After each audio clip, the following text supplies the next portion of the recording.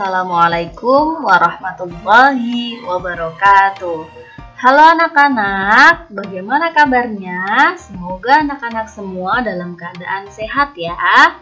Bertemu kembali di pembelajaran bahasa Indonesia bersama Ustazah Anggra.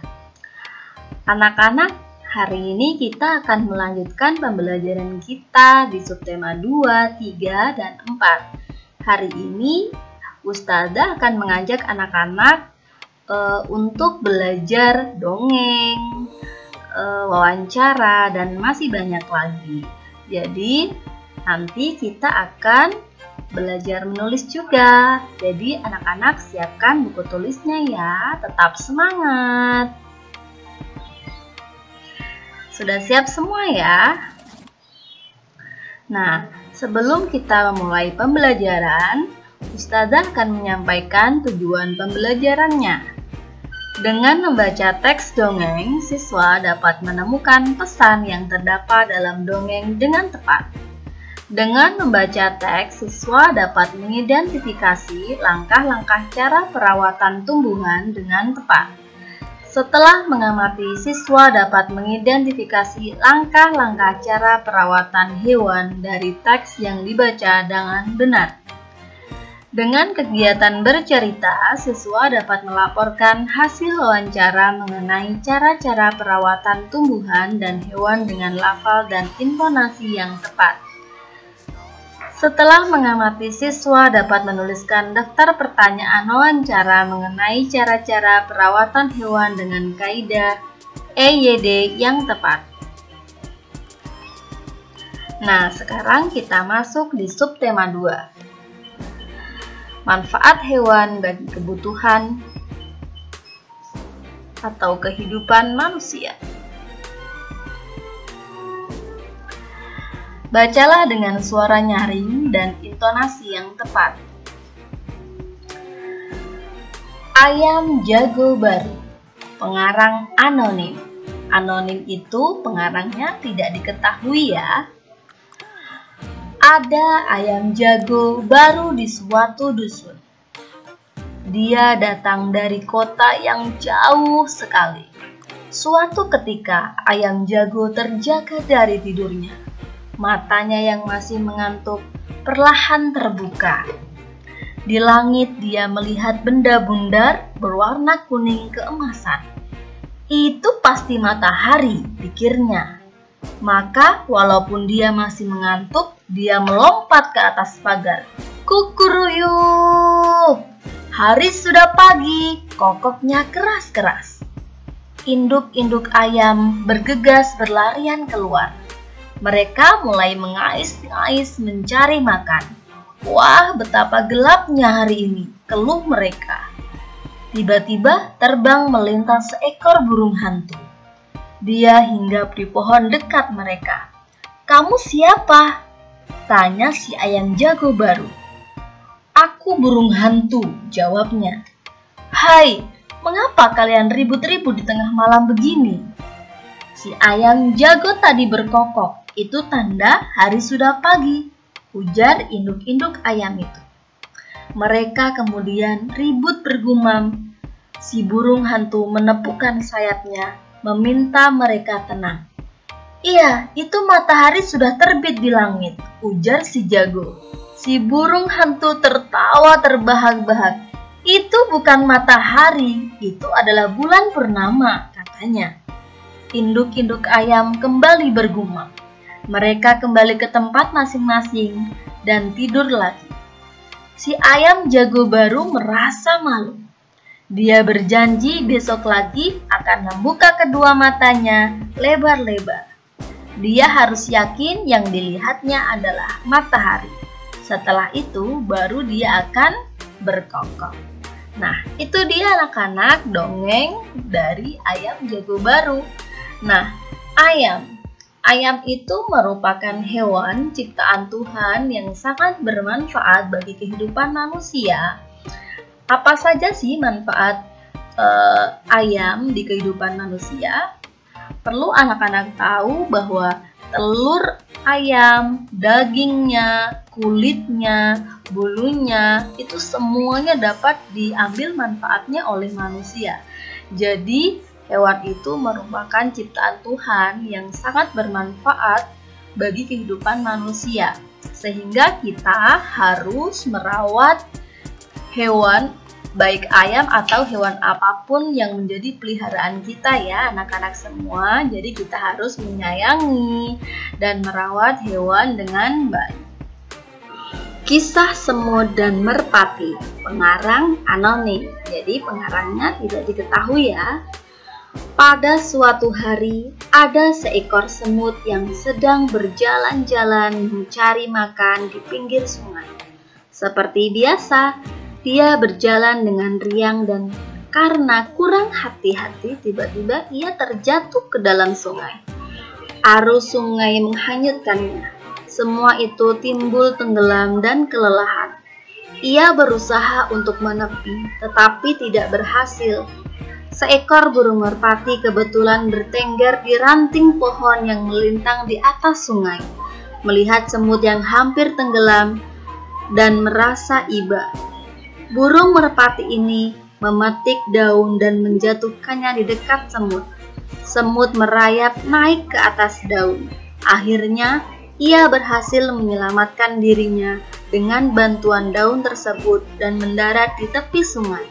Tidak lama kemudian, sang semut melihat seorang pemburu burung sedang mengendap-endap berusaha mendekati burung merpati yang telah menolongnya tadi. Semut menyadari bahaya yang membayangi merpati yang baik tersebut. Ia segera berlari mendekati pemburu dan menggigit kaki sang pemburu. Pemburu itu kesakitan dan terkejut. Ia mengibaskan ranting yang tadinya akan digunakan untuk menangkap burung. Burung merpati menyadari keberadaan pemburu yang sibuk mengibas-ngibaskan ranting. Akhirnya, sang pemburu pun terbang menyelamatkan dirinya. Nah, anak-anak bisa melihat ya, pada gambar ada semut dan burung merpati. Nah, sekarang waktunya anak-anak menjawab pertanyaan berikut setelah mendengarkan dongeng yang sudah Ustazah bacakan. Pelajaran apa yang kamu dapatkan dari dongeng kisah Semut dan Merpati? Tentunya hidup harus saling tolong-menolong, ya kan? Yang kedua, dari paragraf berapa kamu menemukan pelajaran dari dongeng kisah Semut dan Merpati? Paragraf adalah setiap kalimat yang ada di sini. Ini paragraf 1, paragraf 2, paragraf 3, paragraf 4, paragraf 5. Nah, anak-anak, pesan dari dongeng ini ada di paragraf yang keberapa? Apakah yang keempat atau yang kelima? Nanti anak-anak tuliskan di sini ya. Selanjutnya, kisah petani dan anak harimau. Di sebuah desa di Pulau Jawa, tinggallah seorang kakek. Ia terkenal baik hati dan ramah. Namanya Ki Maulaya. Para warga desa sangat segan dan mengagumi beliau. Sifatnya yang arif dan bijaksana sering dijadikan tempat bertanya ketika ada perselisihan. Suatu hari Ki Maulaya pulang dari sawah. Di tengah-tengah perjalanan menuju rumahnya, Ki Maulaya terhenti oleh suara yang didengarnya. Ia pun mencari dari mana suara itu berasal. Dia menemukan sebuah lubang jebakan. Dilihatnya ada 3 ekor anak harimau yang terjebak dan tak bisa keluar. Melihat bahwa binatang yang dia temukan bisa membahayakannya, dia pun tertegun sejenak. Setelah beberapa saat terpaku, Ki Maulaya dapat menekan rasa takutnya. Aku percaya bahwa kebaikan pasti dibalas dengan kebaikan pula. Dikeluarkannya satu persatu anak harimau itu. Setelah semua terangkat, dia pun naik keluar dari lubang itu. Baru saja dia sampai ke atas, tiba-tiba dari semak belukar keluar seekor harimau yang sangat besar. Harimau itu adalah induk dari 3 anak harimau yang dia tolong. Kimaulaya pun gemetar dan berkeringat dingin, namun dia mencoba mengendalikan rasa takutnya. Ia hanya pasrah pada kehendak Sang Pencipta. Harimau itu mendekatinya sambil mengendus-endus Kimaulaya, lalu dia pergi membawa anak-anaknya. Konon setelah kejadian itu, Kimaulaya dan harimau menjadi sahabat. Harimau itu sering menunggui Kimaulaya ketika di sawah dan menjaganya dari bahaya hewan-hewan buas.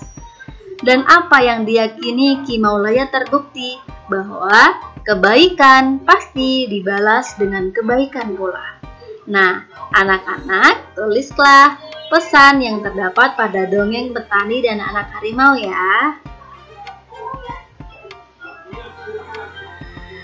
Nah, sekarang kita masuk di subtema 3. Menyayangi tumbuhan. Di sini Ustazah akan mengajak anak-anak untuk membaca. Siti sangat senang dengan bunga melati. Siti membeli bibit bunga melati. Dia ingin menanamnya di dalam pot. Siti belum tahu cara menanam bunga melati. Siti pergi ke perpustakaan sekolah. Di sana dia menemukan buku yang dibutuhkan. Buku tentang cara menanam melati di dalam pot. Nah, berikut adalah petunjuk perawatan melati yang Siti baca. Anak-anak bisa melihat di sini. Siapkan pecahan batu bata merah atau pecahan genting disusun di dasar pot. Jadi ini adalah pot ya. Campurkan pasir, tanah, dan pupuk kandang masing-masing dengan bagian yang sama, kemudian diisikan di sepertiga bagian pot. Kemudian masukkan bibit melatinya. Sisakan media lama yang masih menempel. Jadi ini media lama yang masih menempel ini sudah bawaannya ya, bawaan tanah yang sebelumnya. Kemudian tambahkan campuran pasir, tanah, dan pupuk kandang. Jangan isi pot sampai penuh, sisakan 2 cm. Pastikan tanaman dapat berdiri kokoh. Siram tanaman dengan air secukupnya. Bersihkan bagian luar pot dari kotoran, letakkan pot di tempat yang diinginkan. Nah, jadi anak-anak tahu ya, ini adalah cara merawat atau menanam bunga melati. Nah, sekarang ada tugas, anak-anak coba tanya wawancara kepada orang tuanya. Bagaimana sih cara merawat bunga mawar? Pasti orang tuanya tahu. Nah, sekarang kita belajar yang ini ya. Hutan bakau si sabuk hijau pelindung pantai. Kelas 3 berkunjung ke hutan bakau. Mereka akan mempelajari perawatan dan pelestarian hutan bakau. Orang-orang sering menyebut hutan bakau sebagai sabuk hijau, artinya kawasan hijau yang tumbuh di garis pantai. Hutan bakau melindungi garis pantai dari pengikisan. Hutan bakau juga meredam gelombang besar, termasuk tsunami. Diperlukan kerjasama warga sekitar untuk menjaga pertumbuhan hutan bakau. Ada 2 hal penting yang harus dilakukan untuk merawat hutan bakau, yaitu penyiangan dan penyulaman. Penyiangan dilakukan untuk membasmi hama, adapun penyulaman adalah penggantian pohon bakau yang mati. Pohon yang mati diganti dengan bibit atau pohon bakau lain yang seumur. Tujuannya agar pohon-pohon bakau dapat tumbuh secara seragam. Pohon-pohon bakau yang telah ditanam mesti dijaga pertumbuhannya. Kepiting kerap menggigit batang anak pohon bakau. Pertumbuhan kepiting di sekitar hutan bakau mesti dikendalikan. Paling tidak hingga pohon-pohon bakau berusia 1 tahun. Ombak dan binatang pemakan daun juga terkadang merusak. Namun manusialah yang paling banyak menyebabkan kerusakan hutan bakau. Bibit dan pohon bakau muda sering terinjak oleh pencari ikan dan kepiting. Nah, dari teks bacaan yang sudah kita baca, anak-anak harus siap untuk menjawab pertanyaan berikut. Apa yang dilakukan Udin dan kawan-kawan di hutan bakau? Apa arti julukan sabuk hijau bagi hutan bakau? Apa manfaat hutan bakau?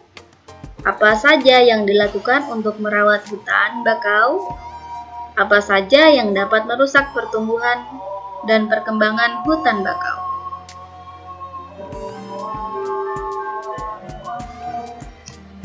Nah, selanjutnya Ustazah akan menjelaskan sedikit materi poin yang ada di sini. Wawancara adalah mencari informasi dengan bertanya kepada narasumber atau seseorang yang lebih tahu tentang suatu kabar atau informasi. Jadi, kegiatan wawancara itu anak-anak adalah anak-anak bertanya, mencari informasi kepada narasumber atau seseorang yang lebih tahu tentang suatu kabar tersebut. Nah, di sini ada Siti dan teman-temannya akan melakukan kegiatan wawancara.